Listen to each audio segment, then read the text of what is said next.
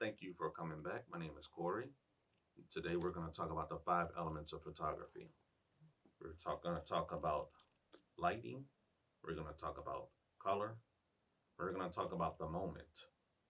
And we're also going to talk about composition as well as the photographer's choice of the distance between the photographer and the subject.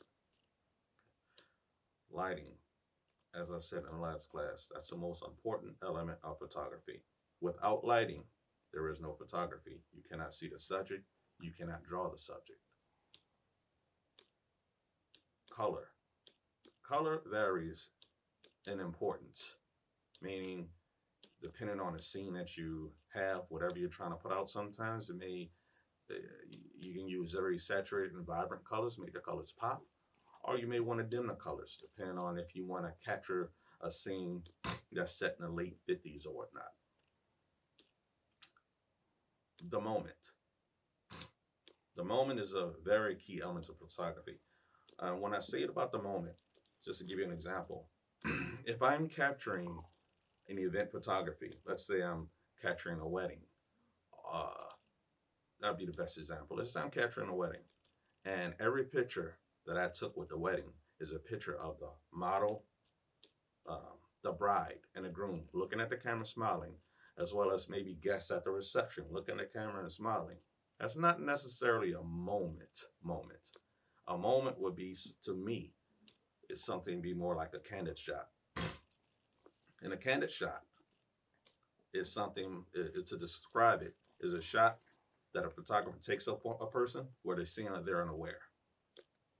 So here's some examples of candid shots with photography. So in this candid shot, as you can see, the subjects are completely unaware that a camera is on them. They're completely unaware and unprepared to take a photo. But this photo tells a story. The story it tells is these two people are having a time of their lives. This bride is having a great day. And regardless of what issues she may have, because there were, you can't tell in this photo. Because in this photo, which was frozen in time, was a moment that this bride was at total and complete bliss. As you can see, her and her best friend, they're taking photos, completely unaware. And this next shot is a picture with someone looking into the camera and smiling, perhaps. All right. This picture, while it's a beautiful picture, while it can be considered a beautiful picture, it's self-explanatory. The picture is not necessarily telling a story. It's not really exactly capturing a moment. It's just a picture of someone smiling into a camera.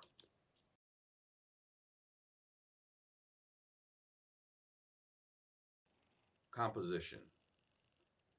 Composition is basically how you frame your photo. As you look at my hand, imagine this as being a photo. We have this position, which is considered a landscape. We have more of a picture in this position considered portrait. Let's go with landscape, just for example. Composition is basically how well you frame up your picture.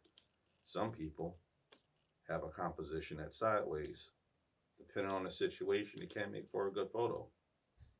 But typically, it doesn't, depending on what you're trying to accomplish. But just imagine that is basically composition, how you frame up your photo.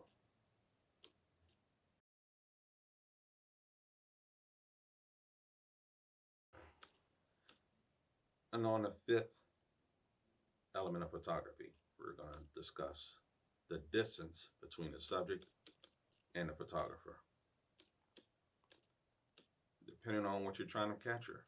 If you want to capture a large blur in the background, you need a subject that's close to your lens.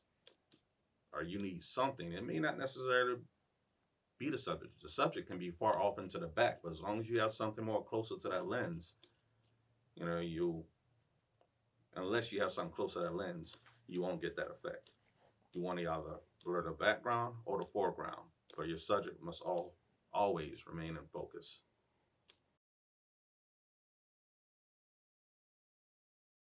Contrast. Let's talk about contrast. Contrast is the visual ratio of different tones in an image. The difference is what creates the textures, highlights, shadows, colors, and clarity in a photo. Contrast is an element of photography.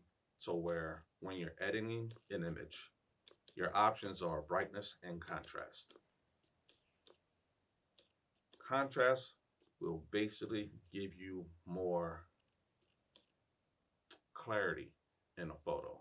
The more you heighten the contrast, the more clarity, but the more darker the photo can become. But if you go lower on contrast, the softer the image is going to be. Depending on the image you're trying to obtain, in most cases, you want to up the contrast a little bit on your photos, especially when you're going with a black and white photo. Because when you're going black and white, you always want to highlight those darks. And the best way to highlight those darks is raising the contrast.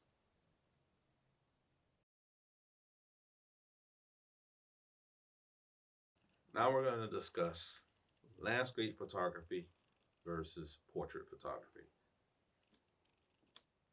Landscape photography, as you can see in this example, is basically a picture taken in an elongated way, horizontally. Portrait photography, as you see in this example here, is a picture that's taken vertically. Typically, with landscape photography, you capture more nature settings. And quite often, landscape photography also has a person as the subject as well.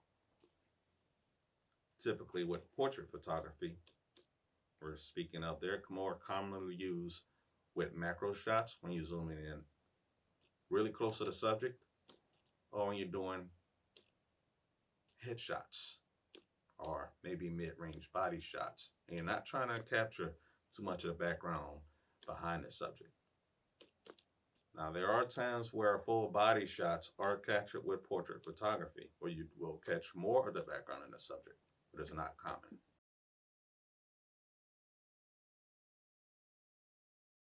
Documentary photography. What is it? Documentary photography is when a photographer takes pictures of a moment leading up to a moment and tells a story behind it. To give you an example, one of my favorite photographers, his mother had cancer, and he took pictures of her transition from good health to worst case scenario health. He even went so far as to taking pictures and telling a story of her burial. That was a documentary. All those pictures of him by her bedside, holding her hand, her and the hospital bed with IVs in her arm or whatnot. That was all documented. So basically, her ending was a documentation. It was documented. That is documentary photography. That's an example of it. There are many things you can do as far as documenting things. It doesn't have to be about death. It can be about parties. It can be about joyous things. But that was about the best example I can give you, because that one to me was the most inspiring.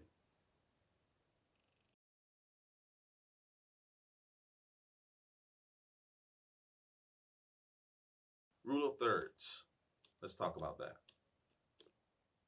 Rule of thirds is a rule of thumb or a guideline which applies to the process of composing visual images such as designs, films, paintings, and photographs. Rule of thirds is an important aspect of photography because a lot of times rule of thirds can make your picture seem bland, or it can make your picture seem very interesting. Here is an example of rule of thirds. before you use it and after you use it. The image with the subject in the middle of the frame is less appealing than the image with the subject posted off to the side of the frame. In your cameras, if you have a digital camera, you're going to have the option of having grid lines in your viewfinder. Those grid lines are for you to take advantage of the rule of thirds. Sometimes I know we look at that and we're like, what are these lines for? We don't know. It's to be able to utilize that so you can get appealing images. All right, or better, greater images. You'll be amazed at the improvement that your pictures can have when you have more of the background in your subject, having your subject off to the side of the frame.